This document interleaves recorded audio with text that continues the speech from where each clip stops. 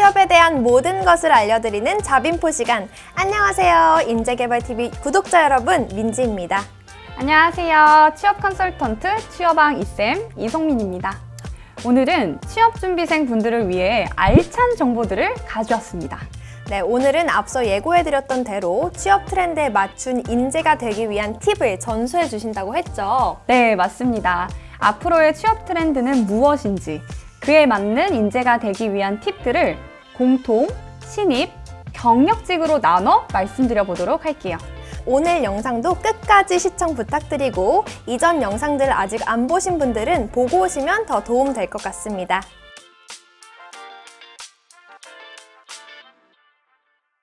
강사님, 앞으로의 취업 트렌드 너무 궁금해요.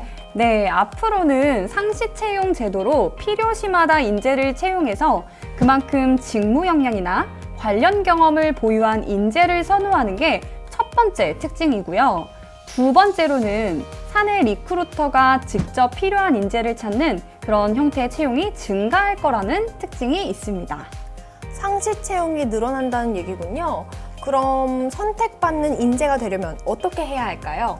먼저 신입과 경력할 것 없이 여러분들이 알고 있으면 도움이 될 만한 그런 꿀팁을 그럼 지금부터 알려드려 볼게요. 일단 첫 번째는 정보력과 리서치입니다. 민지 씨 혹시 지피지기면 백전백승이다 라는 얘기 들어보셨나요? 네. 네, 이러한 말이 있듯이 여러분들이 지원하시고자 하는 회사와 그리고 여러분 스스로에 대해서 잘 아실수록 훨씬 효과적인 취준을 하실 수가 있는데요. 제가 지난번 채용 방식의 변화에 대해 말씀드리면서 기업들이 자체 SNS 채널을 통해 채용 관련 정보를 제공한다고 말씀을 드렸었잖아요. 뿐만 아니라 채용 공고 플랫폼, 취준생 커뮤니티에서도 이제 지원자분들끼리 서로 정보를 공유하는 경우가 굉장히 많아졌기 때문에 특정 공고나 회사에 대한 정보를 철저하게 파악하실수록 그에 맞는 스마트한 취업 준비가 가능해진다는 의미가 됩니다. 온라인 플랫폼을 통해 부지런히 정보를 수집한다면 취준 전반의 시나리오를 세워볼 수 있겠네요. 네, 맞습니다. 예를 들어 어떤 자소서와 스펙을 가진 사람이 합격을 했고 면접에선 어떤 질문이 나왔었고 또 지원하고자 하는 기업의 현직자는 어떤 인재를 원하는지 사전에 파악을 하신다면 별다른 정보 탐색 없이 지원한 경쟁자보다는 훨씬 유리한 점수를 받을 수 있겠죠. 내가 지원하는 회사의 채용 과정에 대해 정보를 파악하고 또 이에 맞게 대비하는 게 중요할 것 같아요. 네, 맞아요. 혹시 민지 씨는 관심 있는 회사나 아니면 직군, 혹시 업종 같은 게 있으세요? 저도 사실 취업 준비생인데요. 저는 언론사 취직을 목표로 하고 있어요. 그래서 아무래도 방송사에 관심이 있는 것 같아요. 그러면 평소 민지 씨께서 관심 있는 그 분야에 대한 정보를 어떻게 얻는 편이세요?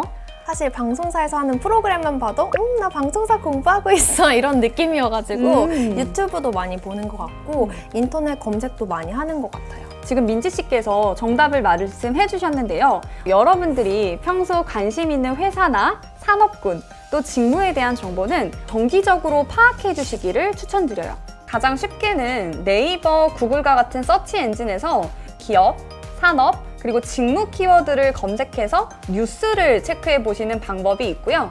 또한 커리어 개발 플랫폼에서 특정 직무, 산업군에 대한 특강을 열기도 하거든요. 그래서 이러한 것들을 활용해 보시면 좋을 것 같아요. 강사님, 그럼 기업 측에서는 어떤 인재를 뽑고 싶을까요? 너무 좋은 질문인데요. 바로 제가 두 번째로 말씀드리려고 했던 1회사 1자소서의 특징에도 해당되는 내용인 것 같아서 한번 말씀을 드려보도록 할게요. 우리를 채용하는 기업도 우리 기업에 최적화된 인재를 뽑고 싶을 텐데요. 관련 직무를 잘 해낼 수 있는 적합성이 있는지를 평가하는 요소가 바로 자소서죠. 맞아요. 네, 요즘에는 유튜브에 자소서 어떻게 쓰는지가 너무 잘 나와 있더라고요. 그래서 자소서의 퀄리티가 아무래도 상향 평준화되는 경향이 있는데요. 서류에서 좋은 평가를 받기 위해서는 가급적 1회사 1자소서 작성을 추천드려요. 특히 내가 지원하는 회사가 경쟁률이 치열할수록 더더운 기업에 맞는 자소서를 작성해 주셔야 합니다. 자, 민지 씨, 그럼 제가 여기서 질문 하나를 좀 드려볼게요. 제가 앞에서 경쟁률이 치열한 회사일수록 1회사 1자소서를 써야 된다라고 말씀을 드렸는데 그 이유는 뭘까요? 제가 생각할 때는 경쟁률이 셀수록 회사 입장에서는 우리 회사에 정말 진심으로 좋아하고 애정이 있는 사람을 뽑고 싶잖아요. 그런 만큼 지원자도 거기에 최적화된 자소서를 갖고 있어야 되지 않을까 하는 생각입니다. 네, 너무 정답을 잘 말씀해 주셨는데요. 우리가 만약에 이 자소서를 평가하는 인사 담당자라고 한번 얘기를 해볼게요. 그러면 10개의 자소서를 읽는 상황과 500개의 자소서를 읽어야 되는 상황은 굉장히 다를 텐데요. 이 500개의 자소서를 평가하면서 눈에 들어오는 자소서가 어떤 특성을 가지고 있을까를 한번 생각해보면 여러분도 왜 1회사 1자소서를 써야 되는지 아마 이해를 더 잘 하실 수 있을 것 같아요. 하긴 자소서를 그대로 복사 붙여넣기 해서 쓰다 보면은 회사 이름도 다르게 쓰는 실수를 종종 하는 것 같아요. 본인이 지원한 회사가 어떤 비즈니스를 하는지 또 어떤 특징을 가지고 있는지조차 모르고 지원하는 지원자들도 정말 넘쳐난다고 들었거든요. 네, 맞아요. 그런 부분이 정말 너무 안타까운데요. 저도 취업 컨설팅을 하다 보면 지원 회사명을 잘못 써서 냈다는 수강생들을 종종 만날 때가 있습니다. 그래서 그럴수록 지원 회사에 최적화된 자소서는 인사 담당자의 눈에 더 잘 들어올 가능성이 있겠죠. 우리가 취업 준비를 할 때 가장 먼저 만나게 되는 관문이 채용 공고를 찾는 것이에요.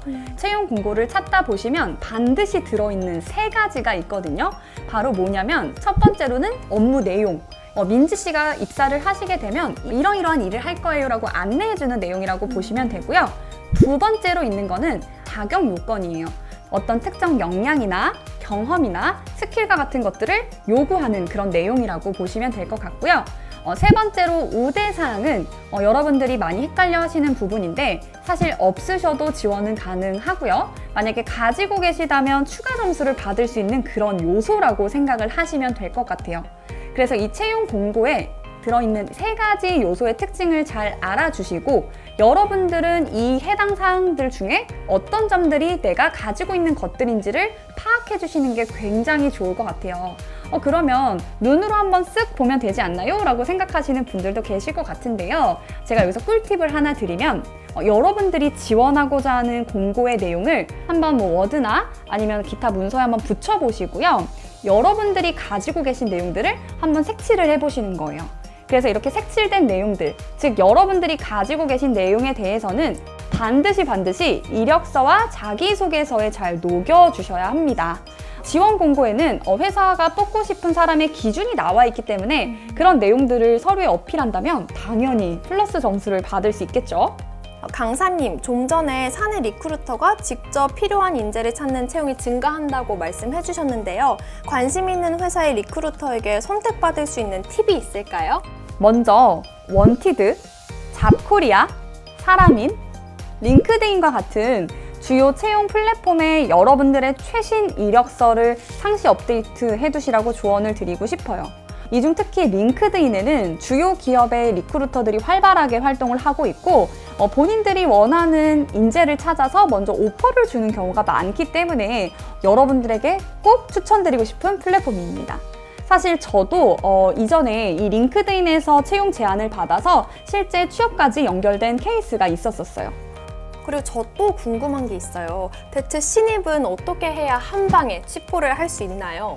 네, 최근에 공채가 아무래도 좀 줄어들고 상시로 필요한 직무에 대해 채용을 진행하는 기업이 많아지고 있는 만큼 특정 직무에 대한 이해도를 가진 지원자를 선호하는 편이라고 말씀을 드리고 싶습니다. 대한상공회의소 인력개발원과 같은 곳에서 쌓은 직무 경험을 자소서에 녹여내는 방법이 있으니 낙담하지 않으셔도 됩니다. 경험이 정말 중요할 것 같네요. 신입의 경우 직무 경험이 부족할 수밖에 없는데요. 그럴 땐 현직자로부터 실무에서 원하는 인재상이나 또 핵심 역량에 대한 정보를 얻어보시는 것도 추천을 드려요. 이렇게 현직자로부터 얻은 양질의 정보를 바탕으로 취준을 하신다면 훨씬 더 좀 맞는 방향성을 찾으실 수 있을 것 같아요. 그럼 이미 직무 역량이나 관련 경험을 보유한 경력직 취업 꿀팁도 알려주세요. 먼저 경력직은 기본적으로 이력서뿐 아니라 경력기술서와 포트폴리오를 철저하게 준비해 주시는 것부터 시작하셔야 됩니다. 몇 가지 서류 작성 팁을 말씀드리자면요. 여러분이 특정 산업, 직무에서 근무하며 쌓아오신 어떤 전문성이라든지 산업에 대한 이해도, 그리고 실제 지원 직무와 유사한 프로젝트 경험 및 성과들을 어필해 주시는 거죠. 한 가지 버전의 이력서와 경력기술서를 작성해서 모든 기업에 다 제출하시는 것이 아니라 지원회사에서 나에게 원하는 역량에 따라 서류의 내용을 조금씩 수정 보완할 필요가 있습니다. 제가 예를 하나 좀 드려볼게요. 여러분들이 만약에 현 회사에서 4가지의 주요 업무를 LBCD로 가지고 있다라고 한번 가정을 해볼게요. 근데 여러분들이 지원하시는 회사에선 B와 D를 요구한다고 했을 때 B와 D에 대한 내용을 최상단으로 끌어올려 주시고요. 또 관련된 경험과 경력 사항들을 보다 상세하게 보완해 주시면 채용 담당자 입장에서는 우리가 원하는 사람이네 라고 생각할 가능성이 높겠죠. 그럼 이전 직장에서 성과를 낸 경험이 있으면 서류에 넣는 것도 좋은 방법이겠네요? 네, 당연합니다. 특히 경력직 분들은요, 본인이 참여했던 프로젝트와 그 프로젝트의 결과, 즉 성과가 굉장히 중요한 요소이기 때문에 만약에 기존 프로젝트에서 어떤 성과를 내셨던 적이 있으신 분들이라면 당연히 서류상에 어필해 주셔야 할 것 같습니다. 그리고 이러한 내용들은 비단 이력서나 아니면 경력기술서뿐 아니라 면접에서도 적극 어필해 주셨을 때 더 플러스 요인이 될 수 있겠죠. 또한 경력직의 경우에는 입사 후 지원회사의 고민과 또 성장 비전을 내가 어떤 방법으로 도와줄 수 있는지, 그리고 지원회사의 성장에 어떻게 기여할 수 있는지를 구체적으로 답변해 주시는 것도 필요해요. 네, 이렇게 총 3편에 걸쳐서 취업 트렌드를 알아봤는데요. 취업 준비생분들에게 정말 많은 도움이 됐을 거라고 생각이 되네요. 변화하는 트렌드에 맞게 여러분이 지원하고자 하는 회사에서는 어떤 채용 방식을 운영 중인지 꼭 체크해 보시고요. 원하시는 여러분들의 목표를 이루셨으면 좋겠습니다. 여러분들 꼭 취뽀 하세요. 그럼 저희는 여기서 이만 인사드릴까요? 네, 이번 영상이 도움되셨다면 인재개발TV 구독, 좋아요, 알림 설정까지 꾹 눌러주세요. 그럼 안녕!